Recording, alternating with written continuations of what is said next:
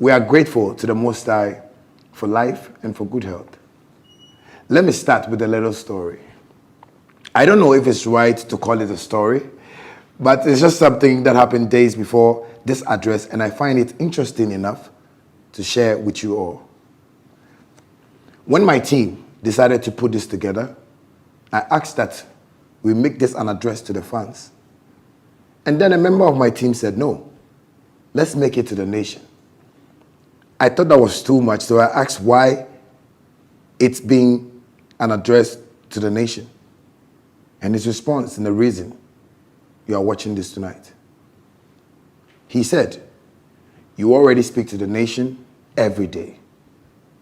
You do that through your music. When you said, kill them with prayers, that was an address to the nation. Ladies and gentlemen, tonight I'm here to address the nation once again, but this time there won't be any instrumental. I'm here to talk about three things. Mainly, one, officially announce my return to social media. Two, update on my American trip and lessons learned.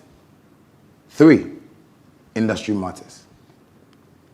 First of all, I wish to thank the media, both traditional and new media, for the love and support for the Shatta Wale brand and for the Ghana music industry. There can be no progressive industry without the media. We thank you, and a big thank you to corporate Ghana as well for believing in the industry and its talents. We are hopeful that in the midst of the ongoing COVID pandemic, we shall be able to further advance our dealings to all. Now, as mentioned earlier, as part of the reasons for this address, I wish to announce my comeback to social media. About a month ago, I did take a break off the digital space as part of management's decision to enable me focus on some work related to my next album, the GOG. And so the break was purely on professional grounds as decided by management team. But today, I am happy to announce that Shatta Wale is back online. You can catch me and stay updated on all my social media platforms. Let me also be quick to add that I am ready and available for business to corporate Ghana, event organizers, music portals, artist managers, the media, entertainment stakeholders, and to whoever it may concern, I wish to say that my team is ready, as always, for business propositions. Get in touch and let's do business. Now let me touch on my recent trip to the United States of America. On the 20th of March, 2021, I left Ghana to Miami. The purpose of my trip was vacation, but that had to change on arrival as work was calling so hard. While in America, I was able to shoot 3 music videos for my GOG album. Aside the music videos, I recorded about 5 songs, all for the GOG album, featuring Naira Marley from Nigeria, Popcorn from Jamaica, and other artists of global repute.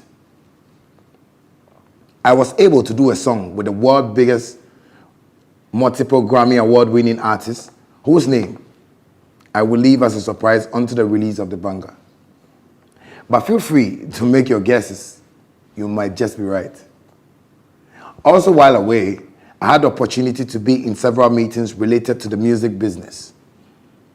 There were some eye-opening conferences and meetings, details of a few I will share in the course of this address. I arrived back in Accra on Sunday, May 24th. Now onto some industry matters.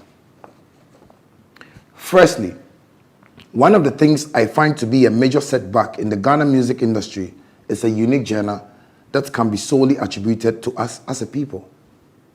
While I was in the States, I was in business meetings with different foreign stakeholders and investors, and one question they all seemed to ask was, what kind of music do Ghanaians do?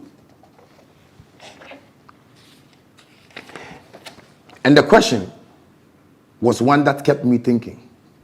Indeed, I was speaking with them as a dancehall artist, but they still needed to know the kind of music we do here in Ghana. Basically, they wanted to know what genre we are known for as a nation, and that I found interesting. I want to propose that we as music makers and stakeholders come together to identify one genre that can be attributed to all music works coming from our parts of the world. Let's do this for our industry to give it the global attention we have long desired. Secondly, I want to plead with musicians in Ghana to pay some more attention to the business side of the craft. One thing that I have long campaigned for is for the artists to take and see their talent as a career and as a business entity. Let's learn to make money with our talents. Let's invest in educating ourselves about how we can add value to ourselves and our craft and make a living out of it. We should be able to still make money from music even when we are no more in the studio. This, I believe, is a sure way to keep the industry alive and allowed. Thirdly, I want to propose the institution and enforcement of a national agenda to prioritize Ghanaian music on our airwaves. Let's give Ghana music 90% of the airwaves and spread 10% for other countries. For this proposition to work, we all need hands on deck. Media house owners, DJs, event organizers, musica, and every single stakeholder, including the government of Ghana. This must be a national agenda. Let's all get involved now to make it happen. Another important factor worth accentuating in music events and concerts. I think it's about time that we decentralize events in the country. It must not continue to happen that all major music shows only happen in Accra. We must be able to hold big and popular events that happen annually in different parts of the country. This will help promote new artists coming from those minority regions. It is also a move that gives reason for government and investors to open and establish more event centers across the country. Finally, on the industry matters, I want to again plead with the leadership of the state to institute an agenda to use music as a tourism tool to promote the country. If the state can spend 10% of sports budget on music, I am sure it will set us on the road to global heights. In conclusion, I wish to thank Ghana for their unflinching love and support for me throughout these years, and to all the brands and companies that have believed in me enough to sign me to represent their businesses.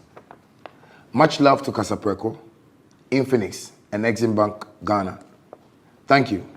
And thank you to my team and management for their love and support, dedication to the Shatta brand. Thank you, SM fans. Thank you, music lovers.